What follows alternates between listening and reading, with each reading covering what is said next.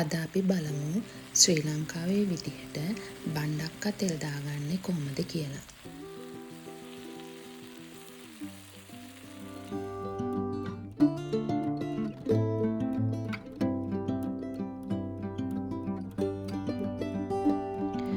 මේ ඉහත පින්තූරේ පේන පරිදි බණ්ඩක්කා කරලා අරගෙන හොඳට සුද්ධ කරලා වොෂ් කරලා අරගෙන මේ විදිහට කපාගෙන මේ විදිහට ඔයාලට කැමති හැඩයකට බණ්ඩක්කා ටික කපා ගන්න.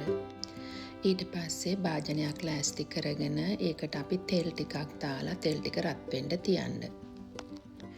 ඔයාලට ඉහත වීඩියෝ එකෙන් පෙනෙනවා මං අරන් තියෙන කුළුබඩු ಜಾති ටික ඒවා ටිකත් ලෑස්ති කරගෙන දැන් තෙල් ටික රත් වෙද්දී කපාගත්ත ලූණු ටික බැදෙන්න අරින්න.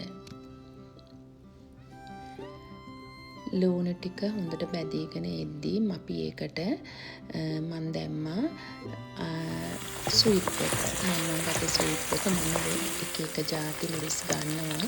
ඔයාලා කැමති මිරිස් ಜಾතියක් යොදා ගන්න පුළුවන්. ඒ වගේම මේකට දැන් මම සුදු ලුණු දැම්මා මේකට. ඊට පස්සේ මේවා ටික හොඳට බැදීගෙන එද්දී එයා ෆ්‍රයිඩ් කරගත්ත බණ්ඩක්කා ටිකත් ඔයාලා එකතු කරගන්න. අන්තිමටම ඔයාලා කැමති නම් සෝයා සෝස් ටිකක් දාලා කලවම් කරලා ටිකක් වෙලා තවත් විනාඩියක් දෙකක් උයාගෙන ඔයාලට මේක රස විඳින්නට පුළුවන්. මේ බලන්න ඔයාලට හොඳම රසට ඇදලා තියෙනවා. ඔයාලත් මේ විදිහට බණ්ඩක්කා ෆ්‍රයි කරලා ඒකට රස නම් මගේ channel එකට like එකක් subscribe කරන්නත් අමතක කරන්නට එපා.